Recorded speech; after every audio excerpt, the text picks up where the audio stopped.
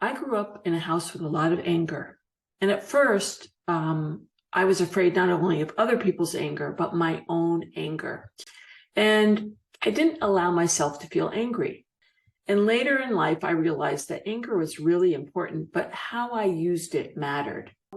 The anger I grew up with was explosive anger, and the recipient of the anger had to sort of take it. It wasn't, we weren't allowed a voice. And in that sense, anger is not relational. I used to have a friend who would have road rage, and she would scream and drive crazily after this other car, and I would be in the car with her. And eventually I told her that her behavior was upsetting me, but she was not able to honor my feelings. She wanted to rage and vent.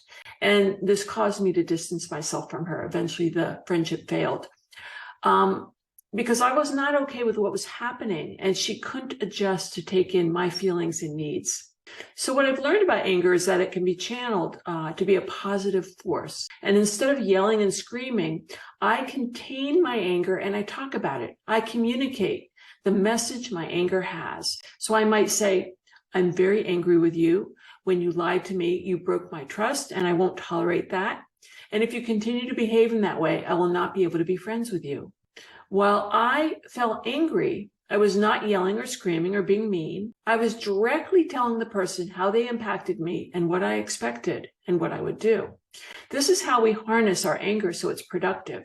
Ranting and raving is unproductive. It hurts others. It does not help anyone change or grow. Essentially, it's either self-indulgent or indicates a problem with affect management.